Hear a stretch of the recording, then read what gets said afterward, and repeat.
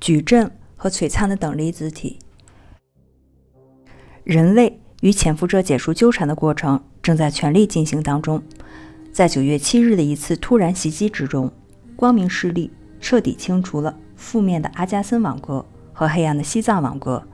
唯一剩下的就是西藏北部主要地下基地的核心。这个基地也会在1个月或更短的时间内清理干净。袭击发生之后，耶稣会士们即刻陷入彻底的恐慌之中，因为他们意识到他们已经失去了几个世纪以来一直拥有的负面灵性之源。从那时起，他们就在全世界范围内引发了一系列负面的事件，这将最终会导致出乎他们所有意料的垮台。耶稣会士希望把人类困在物质主义时间的永恒循环之中，他们不想让人类进入更高的维度，因为这样会确保矩阵的熵值维持在最大。因为与潜伏者解除纠缠的过程正在展开，他们的物质主义计划会以失败告终。耶稣会士尤其小心翼翼地维护他们在天文学、水下测绘、古生物学、考古学等领域的垄断地位。他们反对任何可能破坏唯物主义宇宙观的灵性启示。你知道为什么吗？因为他们想要的是以一种理性和技术官僚的方式来管理太阳系，从而更好地实施官僚主义控制。从这一点上，我们可以认识到给伊格内修斯这位火星天才战士带来启发的强大意志力，也就是以社会主义神权政治形态来削弱太阳系。现在剩下的就是位于地表世界的主要黑暗网格，它由全球互联的负面军事体系、负面警察、黑色贵族、光明会、深层政府和负面金融集团构成。潜伏者在次量子层面都与这些派系纠缠在一起，并通过推动和发送刺激对他们施加引导。负面军事派系是当中最为麻烦的，因为它试图触发第3次世界大战。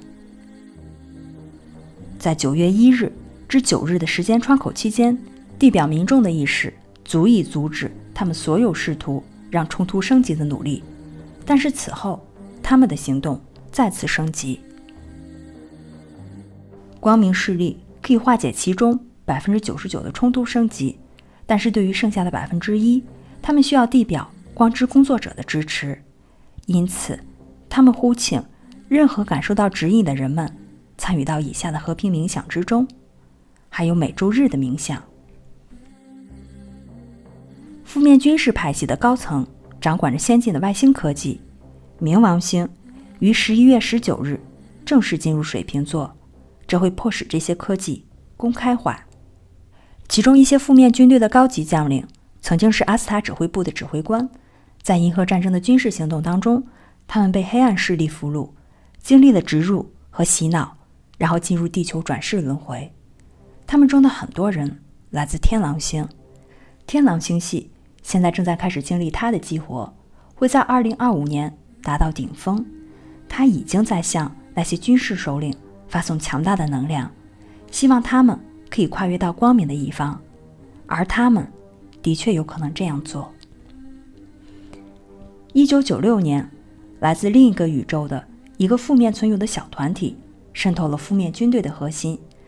他们也带来了少量的黑暗魔石。这些黑暗魔石现在位于世界各地的特定军事基地当中，它们跟2017年清理的那颗大的黑暗魔石相似，但是在威力层面却小得多。光明势力会利用雷神之锤科技来瓦解它们，不过这还需要一些时日。雇佣兵团是负面军事团体和负面金融综合体的交汇点。黑石集团，这也是黑暗魔石的代号，它是负面金融体系的核心，它通过贿赂来控制深层政府。黑色贵族家族，尤其是奥尔西尼家族，与负面军队合作，管理着负面生物实验室。他们希望再次策划一场大流行病。黑色贵族家族的最终目的是摧毁西方文明，因为他们认为自己处于新封建主义食物链的顶端。正面的军事力量正在与之抗衡。他们把要逮捕的坏人做成梗图，放入主流媒体当中。在这里，我要补充一点，光明势力和黑暗势力之间签署的某些让冲突降级的协议正在失效，黑暗一方的某些成员已经不再有安全保障了。当人类与潜伏者解除纠缠的过程到达一定成熟阶段之后，源头和光明势力就会开始瓦解黑暗网格与潜伏者之间的纠缠，同时也会开始把潜伏者从人类与黑暗势力之间的干扰场域当中解除开来。银河系正在发生着巨大的变化，为转变进行着准备。银河天使自1996年起首次开始再次居住在星际空间。在1996年，他们以孢子休眠的状态退居到了高等心智层面。现在他们又重新出现，在整个银河系当中成长，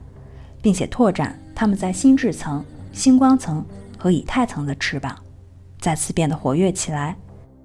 它们形成了从本地星际云经天狼星系延伸到日球顶层的璀璨星际等离子体。